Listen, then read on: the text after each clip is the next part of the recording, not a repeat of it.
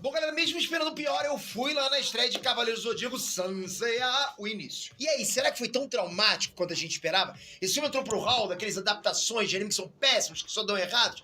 Ou tem alguma surpresa que valeram a pena? Sabe, tem alguma coisa que vale a pena nesse filme? Vem comigo que eu vou te contar agora sem spoiler. Vamos lá. O poder dele é um perigo. Quando ele aprender a controlar, nenhum homem vai ser capaz de detê-lo. Viram só, a gente olhando ali isoladamente, os trechos ali do trailer, até que chama atenção. Por isso que eu falei, né? Fomos tapeados, papai, fomos tapeados, né? Vamos ver aqui o que o Peter falou, o que ele achou aí do filme também. Bora lá. Peter aqui! Não tem pra ninguém, galera. Cavaleiro Zodíaco é um fenômeno mundial, muitas décadas, e marcou muita gente, né? E finalmente chegou a primeira adaptação em live action, né? Quem diria? Foi muito tempo de espera, pô. A série original surgiu nos anos 80. Anos 80, quando ninguém pensava nesse tipo de produção, com atores de verdade na tela, de carne e osso. Você assistia em Cavaleiro Zodíaco, como que você ia pensar em ver isso num filme? Então, como o título já entrega, o filme Sanseiya, o começo, tem a ambição de iniciar uma franquia. Eles querem isso, né? Já que esse é só o início da coisa. Presta atenção, esse é só o início. Mas será que existe força para isso ou vai travar agora? Melhor nem continuar. No elenco tem um rosto queridinho dos live actions de animes, Makenio Arata como Seiya, ao lado dos veteranos de Hollywood, Sean Bean e Funk Jensen. Mas será que só isso salva? Ter rostos conhecidos salva? Será que o roteiro acabou trazendo coisas clássicas da série de 1986? Mas vamos... Será que o roteiro trouxe coisas lá do live action, pro live action aí do anime? Complicou, né, gente? Complicou. Vamos lá, vamos ver o que ele fala mais.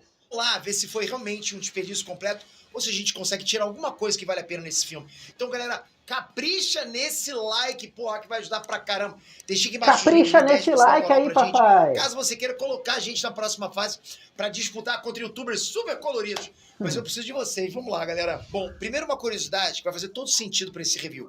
Quando eu cheguei pra ver o filme, eu já tava esperando um desastre total. De verdade, não fui com o pé atrás, fui totalmente o pé atrás. Tava quase caindo. Eu já cheguei bem pessimista. E talvez por isso eu fiquei um pouco surpreso. Porque assim, nem tudo no filme foi absolutamente ruim. Mas eu vou falar de cada detalhe. Então, é a mesma coisa. Eu fui já com o pé atrás, assim, né? Eu vi que as críticas estava todo mundo ali falando mal do filme. Disse, vixe, cara, esse filme vai dar ruim. E eu fui olhar, olhei ele assim. É a mesma coisa que o Peter ali. E calma, eu não tô falando que o filme é ótimo, não deu nem pra começar a falar. Pra começar, a gente já sabia pelo trailer que os efeitos visuais estavam ruins. Marinho! Nível Shark Boy Lava Girl, tava lá. E é exatamente isso. Principalmente nas lutas onde os personagens usavam a força do cosmos. Quando eu li aquele trailer, eu falei, meu irmão, onde é que o Sean Bean tá se metendo? Acho bom você colocar o cinto. Mas, pô, aí não dá, né? A essa altura do campeonato, em pleno 2023, uma produção com CGI equivalente a 20 anos atrás, Shark Boy e Lava Girl, tem 2 décadas. Então a gente pensa, porra, né, faz sentido isso? Mas pra minha surpresa, mesmo o filme sendo completamente em CGI, algumas cenas foram bonitas, de verdade. Pois é. Então, esse detalhe aí, como eu falei, né? Eles não tinham um orçamento tão grande. Tá, nós estamos em 2023, os caras são obrigados a fazer uns grandes efeitos especiais. Se não tem grana, não tem jeito, né? Pode ser o ano que for, né? Mas, assim, teve coisas que se salvaram, né? Vamos ver. Principalmente nas cenas com os ângulos muito abertos, com o cenário todo aparecendo de fundo, as sequências de treinamento do Seiya. Isso eu tenho que dar o braço a torcer, pelo menos um pouquinho. Foi satisfatório de assistir pela estética. Tava bonito, é isso que eu quero dizer. Não que fosse espetacular, meu Deus, o que é isso? Mas tava acima de outras coisas no filme, entende? Tipo, é como se o filme fosse, né, tivesse assim, né, de repente uma ceninha ou outra ficou legal. E particularmente eu curti algumas lutas. A velocidade dos golpes foi bacana, era tudo muito rápido, muito intenso. Principalmente na primeira luta, sabe? Então, principalmente nas primeiras lutas ali, né? Tem uma coreografia legal, assim como eu falei, se não fosse um filme baseado em Cavaleiros do Zodíaco, fosse um filme de luta, ação, com ficção científica, e fosse um nome aleatório, poxa, ia ser legal, cara. Quer dizer, Nossa, que filmão! Não, nada disso. É aquele filme que você está procurando assim, não sei o que eu vou olhar, já olhei tudo de legal que tinha para olhar. Tem esse filme de ação aqui, ó, vamos dar uma olhada aí. Legalzinho, tem umas brigas e tal, bem coreografada. Pois é bem isso que ele tá falando. Tirando os movimentos de dança. Tem dancinha. Se prepara que tem dancinha. Mas esses detalhes de velocidade, Dancinha. intensidade dos golpes, eu acho que me trouxeram assim de volta alguma coisa próxima da nostalgia quando eu vi o anime pela primeira vez. Acho que foi meio que uma viagem no tempo. A série clássica mesmo, tô falando da série clássica, ok? Só que eu falo mais uma vez.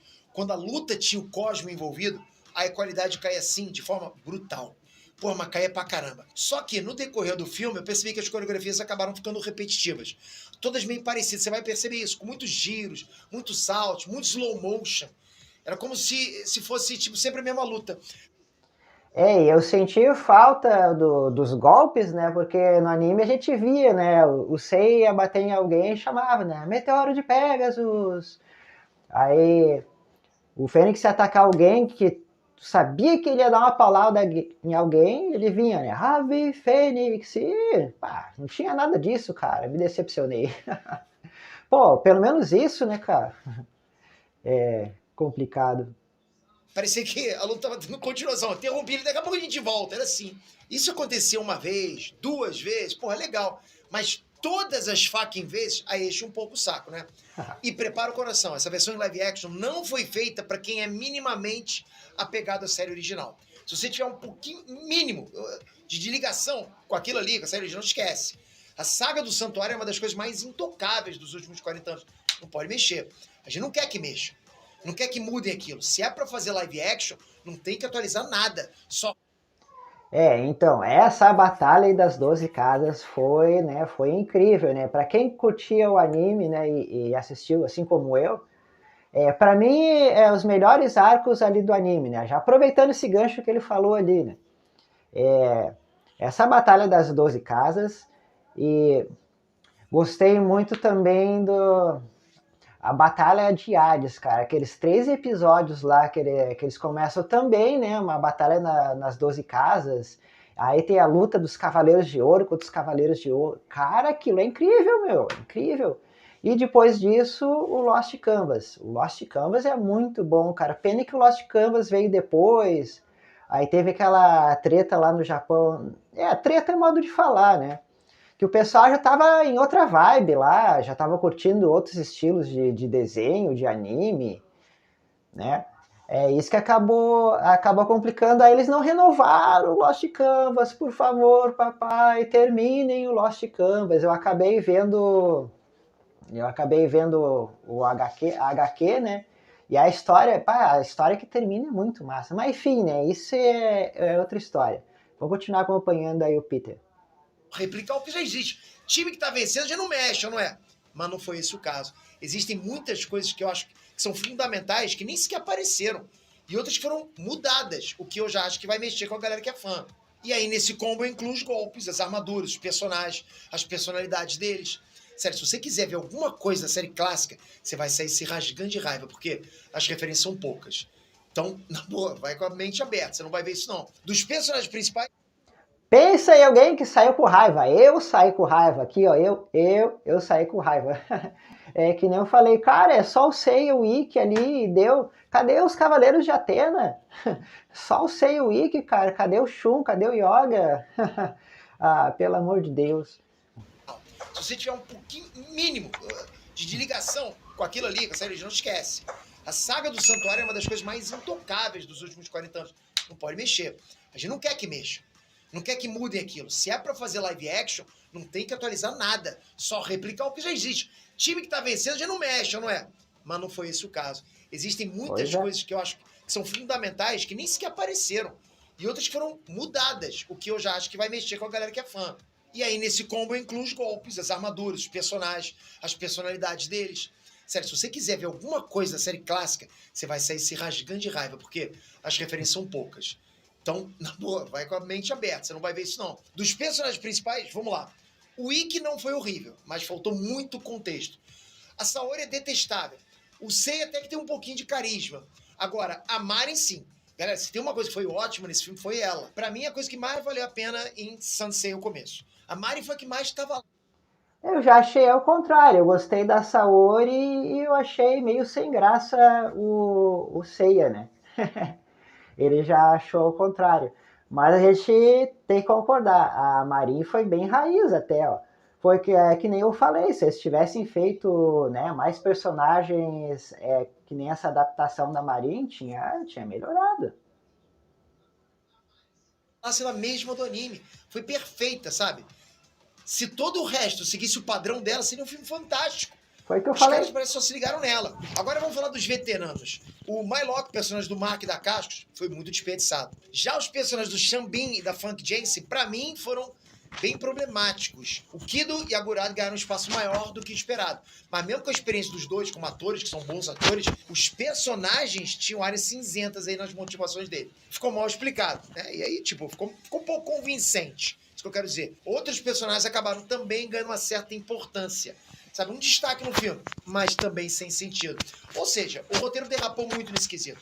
Mas não só nesse, ok? Muita coisa inconsistente, como, por exemplo, a personalidade da Saori, a construção da amizade dela com o Seiya. Não existe química entre os dois. Faz sentido aquilo, você vai perceber isso. Além disso, as motivações dos vilões. O arco de redenção de um deles é desastroso.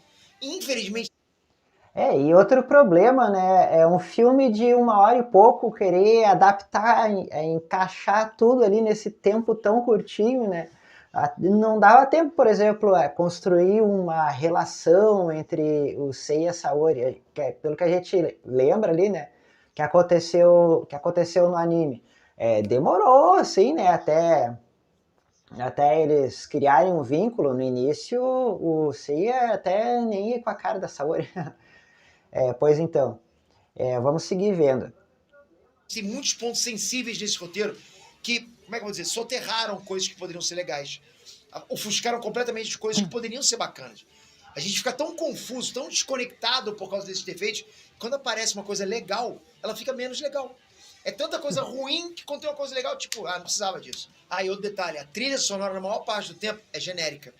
Porra, eu sempre falo de trilha sonora pra vocês, porque faz a gente emergir bacana, né, nisso. Até tem uma coisinha ou outra do clássico do anime, mas eles não souberam aproveitar bem. Não mexeria com a gente com a nostalgia, se tivesse. Pô, seria legal.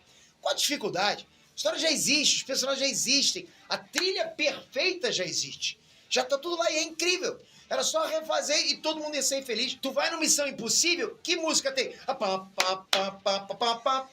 Todos têm, todos os filmes. O que? É a trilha sonora da série. Por que não pega e dá uma roupagem melhor, né? Mas não, parece que o diretor, o Tom McBeguinski, ele quis dar uma nova roupagem, uma nova personalidade pro filme. Então. Tem umas musiquinhas que lembra o clássico ali, né? De repente o Peter ele não pegou, né? Mas claro, falta aquelas músicas de emoção. E se eles pegassem a trilha sonora ali bem parecida que era do anime, nossa, cara, ia ser outros 500 também, ia melhorar bastante.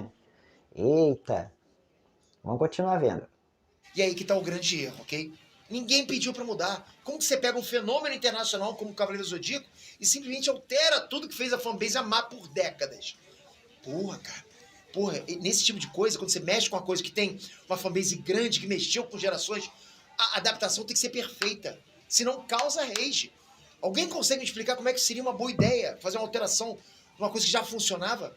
Uma alteração desse nível? Talvez um adolescente que nunca viu nada de Cavaleiro Zodíaco pode até curtir um pouquinho. Mas fala sério, sem nenhuma grande campanha da Sony para levar o público novo em massa pro cinema, fica difícil. A sessão que eu fui na estreia tinha pouquíssima gente e todos eram adultos.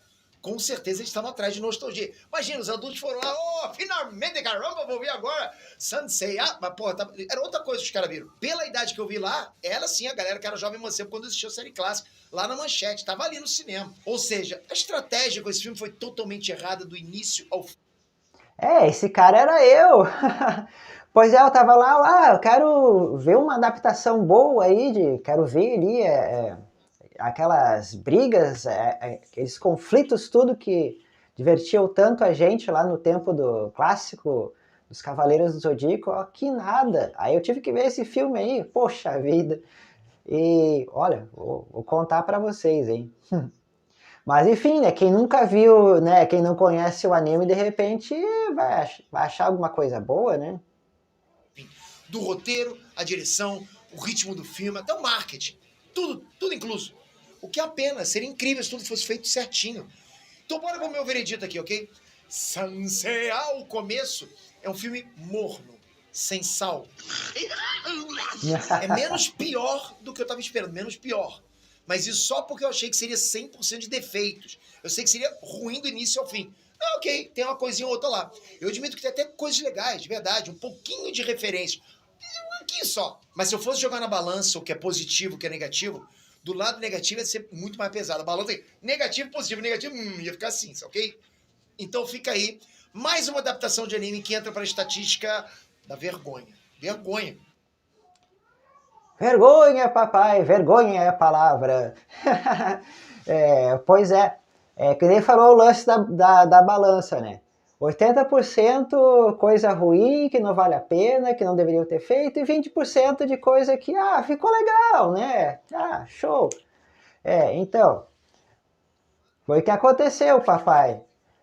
Que nem eu tava falando, né? Que nem eu falei antes. Você que nunca viu o filme, é bom dar uma olhadinha até pra, né, pra poder comparar aí, né? Que nem a gente tá fazendo aqui agora, né? E tirar as suas próprias conclusões, né? Mas, em geral, assim... E o que mais me assusta é que tem gancho pra continuação.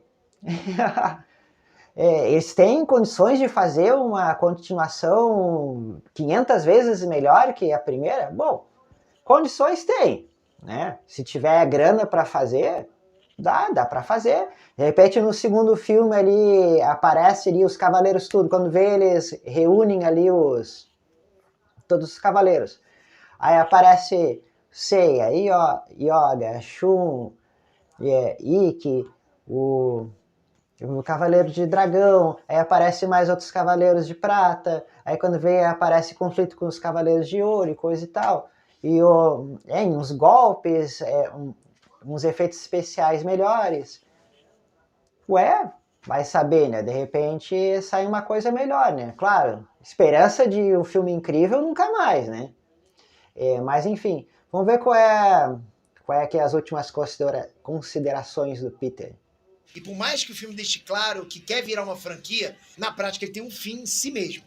Pro fã antigo, o filme não emociona o suficiente, não resgata a nostalgia num nível satisfatório.